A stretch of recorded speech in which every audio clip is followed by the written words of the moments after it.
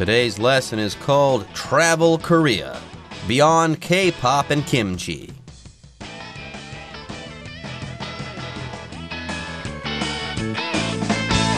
Hello everyone, my name is Jeff. I am Roger, and today we're going to talk about things that have to do with Korea. Korea is really hot. It's really popular now, and I see people all over the place trying to learn Korean. They are inspired because of K-pop bands and because of those Korean dramas, and of course because of Korean food. It is oh so tasty. Today, the name of the game is Korea. Now, I knew that Japan was known as the land of the rising sun. What I did not know is that Korea was once called the land of the morning calm. How about that? I guess it's true. You do learn something new every day. Sounds kind of cool. That's what we're going to find out about today in our lesson. So let's get to it. Let's read the first part, and we'll come back to talk about it. Travel Korea, Beyond K-pop and Kimchi. Once called the land of the morning calm, perhaps due to its graceful mountains and tranquil waters, Korea is now better known for its contributions to modern pop culture and fashion. Travelers, of course, can explore both sides of this country, and that's exactly what makes visiting Korea such an exciting prospect for many.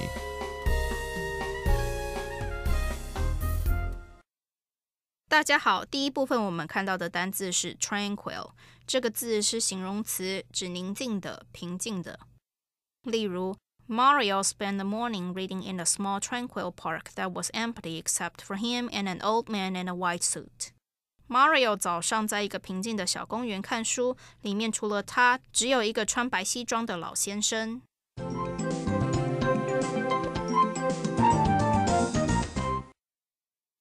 All right, folks, let's kick things off. The name of our article is Travel Korea, Beyond K-pop and Kimchi. So yes, usually when people think of Korea, they think of things like K-pop and kimchi, but there's so much more to be had in Korea. Further, there are many great things in Korea that don't start with K, the letter K. There are things that are great that aren't necessarily K-pop or kimchi. So let's go ahead and talk about these things right now.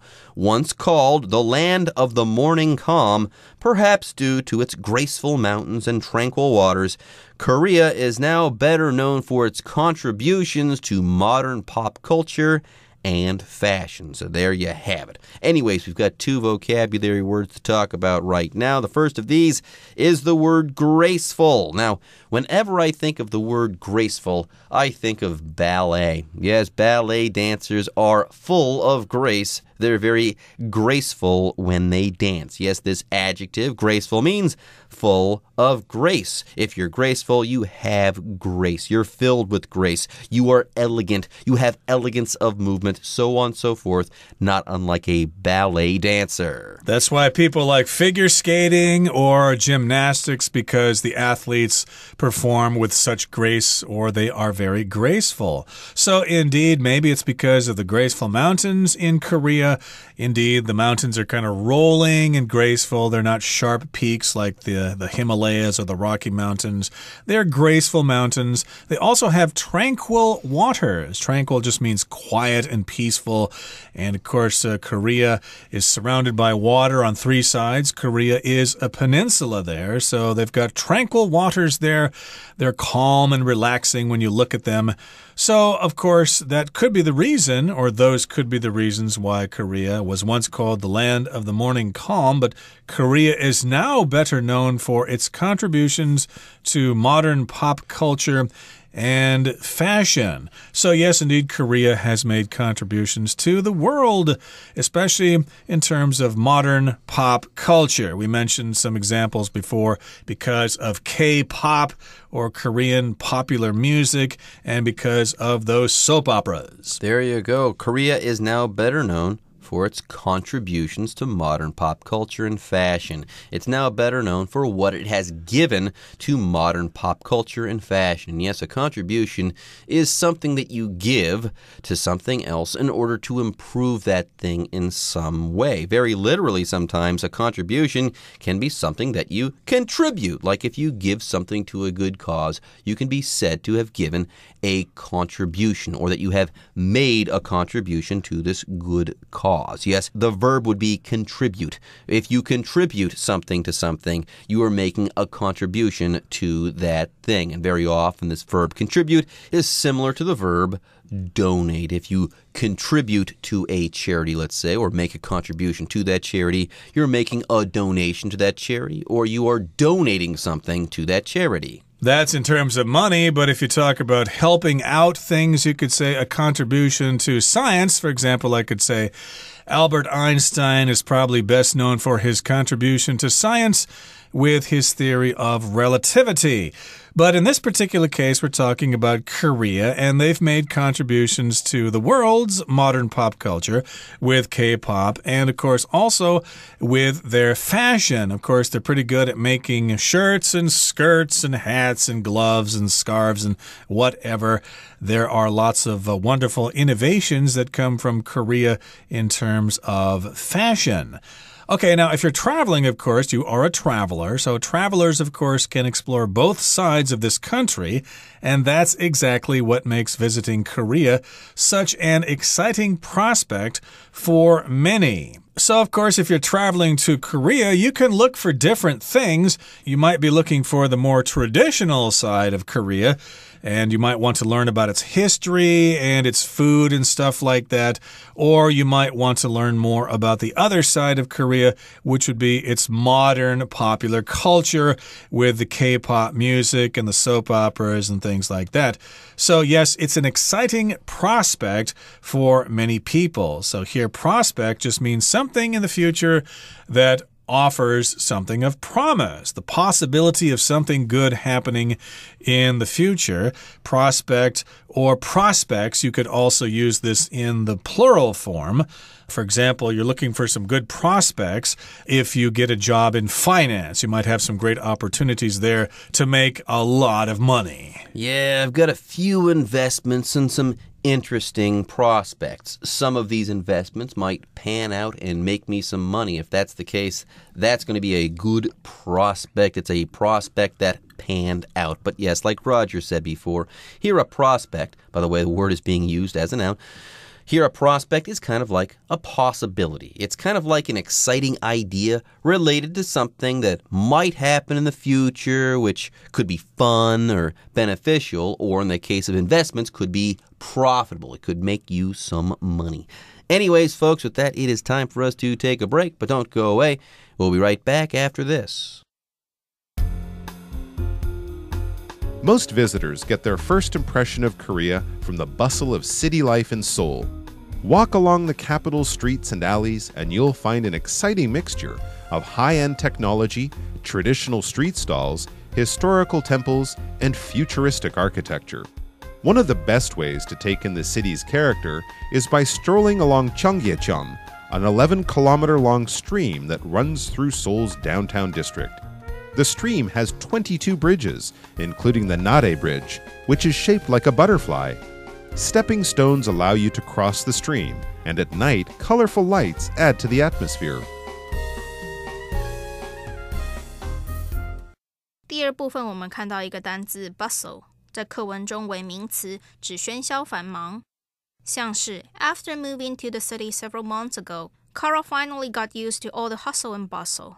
在好几个月前搬到城市里 Carl 终于习惯城市生活的喧闹繁忙。而 bustle 除了当名词使用，更常常做动词使用，有匆忙做点点点，繁忙之意。所以可以说 With many small markets and street performers, this street is always bustling on the weekends. 周末时，这条街上有许多小市集和街头表演者，显得非常热闹。接下来我们看到 high-end 这个字为形容词，指品质或价格等高档的。举例来说 ，few consumers were interested in the electronics manufacturer's high-end products. 很少消费者对那家电子制造厂商的高档商品有兴趣。在课文中我们看到的 high-end technology 则是用来表示高科技，所以可以说 Rodney is a technophile who always wants to have the latest products with the most high-end technology. Rodney 是个科技迷，他总是想要拥有最新的高科技产品。再来我们看到名词 stall 指摊位、货摊、隔间，例如Hundreds of food stalls were set up at the plaza before the festival started. 在节庆开始之前，上百个摊位设立在广场上。而 stall 除了当名词使用，还可以做动词，有暂缓、搁置之意。所以我们可以说 Walt invented a long, complicated story to stall Mike and keep him from coming inside. Walt 想出了既长又复杂的故事来拖住 Mike， 不让他进入内部。接着我们看到一个单字 futuristic， 这个字为形容词，指未来派的、前卫新潮的。像是 The novel's futuristic setting appeals to many science fiction fans. 这本小说的未来背景吸引许多科幻小说迷。再来我们看到名词 architecture， 有建筑风格、建筑学之意。例如 The city's architecture is mostly modern, but a few older buildings still remain. 即使这个城市大多数的建筑都已经现代化，依然有几栋旧的建筑存在。而去除 architecture 字尾的 e 再加上 al， 则可以成为它的形容词 architectural。举例来说 The building's design was not up to the neighborhood's architectural standards. 这栋大楼的设计不符合该社区建筑标准。最后我们看到 stroll， 这个字是动词，用来指闲逛、散步。像是 Sandy strolled along the street after work, looking at all of the Christmas decorations. Sandy 下班后在街上闲逛，欣赏所有的圣诞装饰。另外，补充与 stroll 相关的片语，常用 take a stroll 来表示散步。所以我们可以说 Martha has made it a habit to take a stroll every evening. Martha 已经将每天下午的散步视为一种习惯了。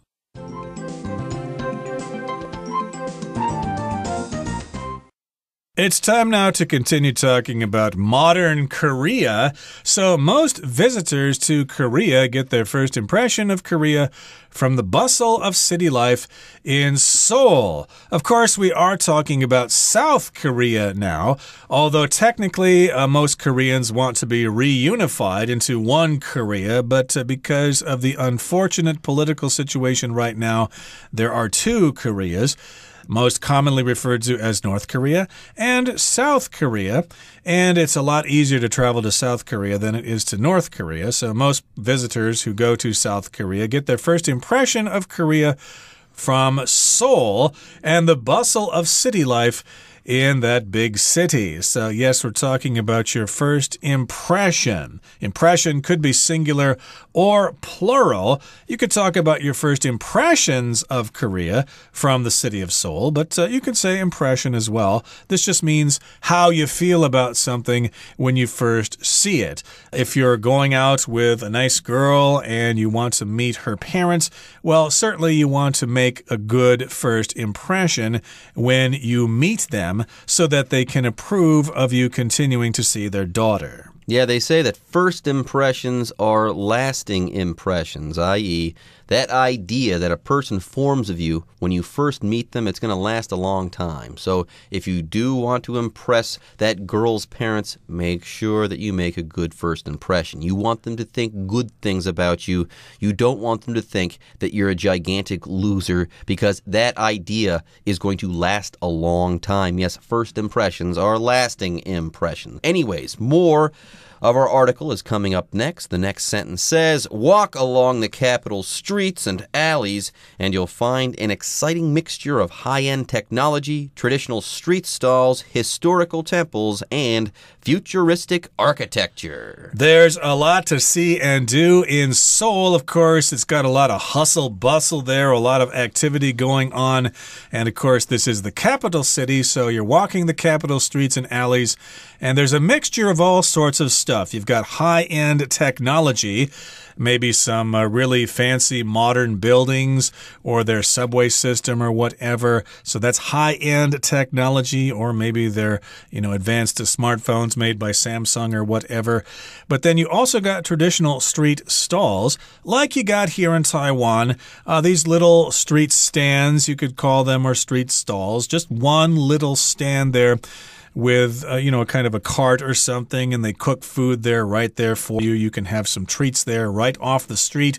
That would be a traditional street stall. You've also got historical temples that are old and have been around for quite some time. You might want to check those out. And you've also got futuristic architecture, which probably is referring to the modern skyscrapers that I mentioned earlier. If something's futuristic, it means like it's something that comes from the future, or it's part of the wave of the future. And architecture here, be careful with that word. It refers to these buildings in general, not individually. So futuristic architecture, do not add an S to this.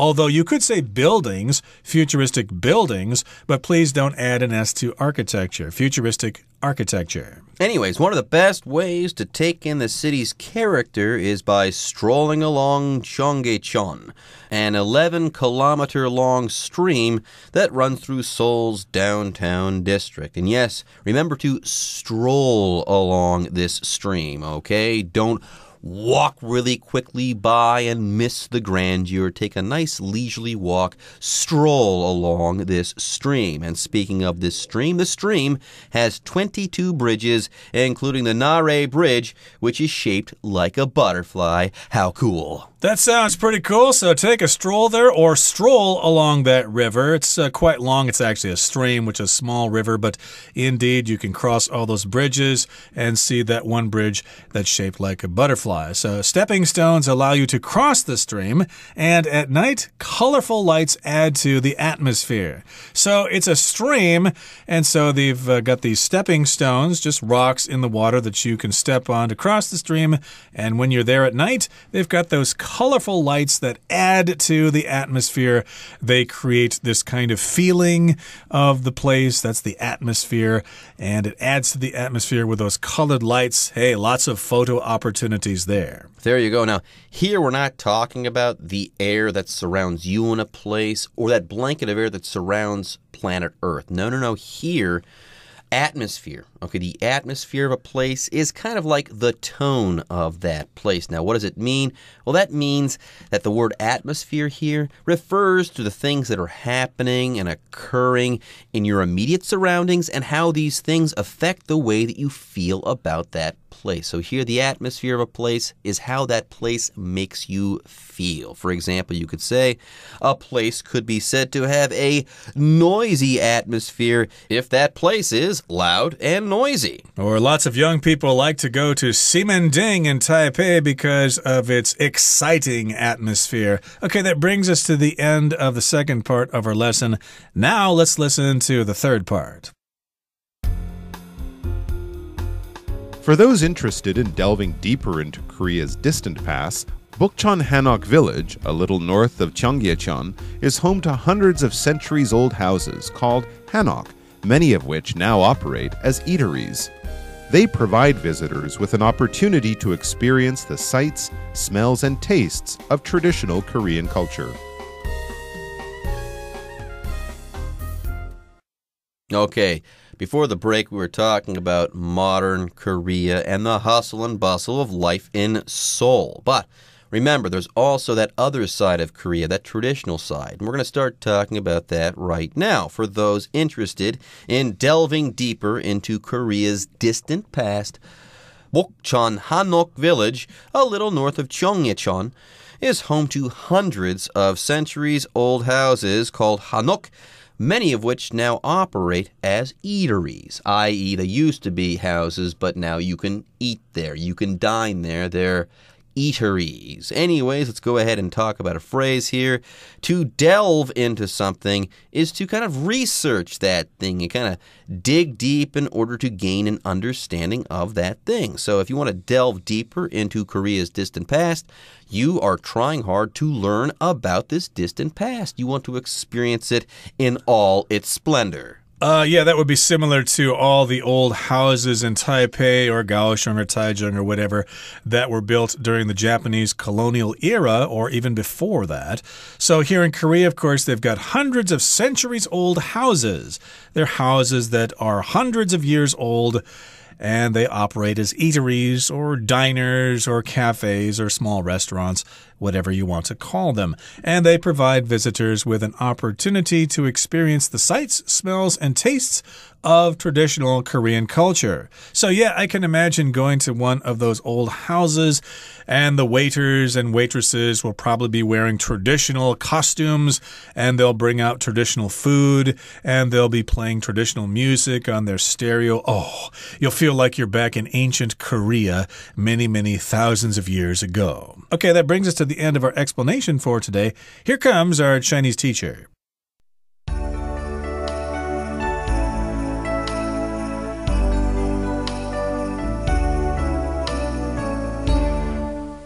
各位同学大家好，我是 Hanny。 我们来看今天文法重点。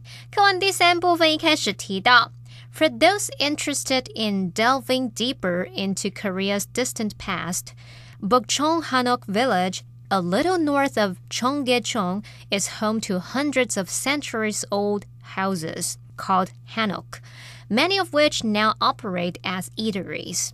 对于那些有兴趣深入探究韩国古老历史人来说，清溪川北边一点的这个北村韩屋村有上百间称为韩屋的百年老屋，其中有许多目前是作为餐馆在经营。好，句子里面这个 eateries 它是指餐馆或是餐厅。那这边要介绍2个文法重点，第一个是 be home to 加名词，这表示是什么什么的所在地、栖息地，或是表达某地拥有什么什么。它可以用来表达某人或是某事物归属于某地。那其中的 home 它是不可数名词，它有栖息地、发源地或是所在地的意思。例如 Iceland is home to many amazing waterfalls. 冰岛有许多令人惊叹的瀑布。好，那顺便补充一个相关用法 be the home of 加上名词，它是用来表达某地是什么什么的发源地、产地。那在这里 home 则是当可数名词用。举例来说 The restaurant is the home of the Schnitzel. 那间餐厅是维也纳炸肉排的发源地， Schnitzel 很好吃。好，接下来看课文，它在 Bukchong Hanok Village 后面接了 is home to hundreds of centuries old houses, 是用来描述说北村韩屋村拥有上百间的百年老屋，然后后面再接了 called Hanok。好，这个是由 which are called Hanok 省略而来的。那这个 which 指的就是前方说的这个那些百年老屋 which are called Hanok 就是说那些百年老屋被称为韩屋。好，再来看到这个句子还没结束，蛮长的。我们看到课文用到 many of which now operate as eateries， 怎么又出现一个 which 呢？好，这个 which 指的是它的先行词 Hanok， 也就是说那些百年老屋 hundreds of centuries old houses。 那么 many of which 就是说在那上百间称为韩屋的百年老屋当中，其中有许多怎么样怎么样。好，那我们就顺便来学习量词加上 of which 引导形容词子句的用法。我们以量词加上 of which 来引导形容词子句的时候，它是用来补充说明前面的先行词，那这是非限定用法，所以使用的时候要用逗号把关系子句跟主要子句隔开。好，那我们就可以用 any, all, both 或是 several, have, many 或是 some 等等加上 of which 来表达先行词其中任何怎么样啊，好几个怎么样啊，一半怎么样，许多怎么样，一些怎么样之类的。例如 Sam collects stamps, some of which are worth a lot of money. Sam 收集很多邮票，其中有一些很值钱。那在这例句当中的 which 指的就是前面的 stamps 邮票， some of which 就表示 Sam 收集那些邮票当中有一些怎么样怎么样。好，另外 which 其实也可以换成 whom 或是 whose 等等。举例来说 They have 3 daughters, the youngest of whom is Sarah. 他们有3个女儿，其中年纪最小的是 Sarah。好，那句子里面这个 the youngest of whom 指的就是3个女儿当中年纪最小的。好，以上是今天重点整理，我们回顾今天的单字吧。Graceful. Julia was impressed by the dancers' graceful moves. Contribution. I don't mean to boast, but I think I made the largest contribution to this project. Prospect. The strong prospect of good weather this weekend lifted our mood. Impression. Trevor's attitude left a bad impression on the interviewer. Stall. Anna opened a stall in the market to sell fresh fruit and vegetables from her farm. Architecture. New York City is home to a lot of famous architecture. Stroll. Dale always strolls along the beach in the early morning because he loves how peaceful it is at that time of day. Atmosphere. The decorations gave the room a cheerful atmosphere.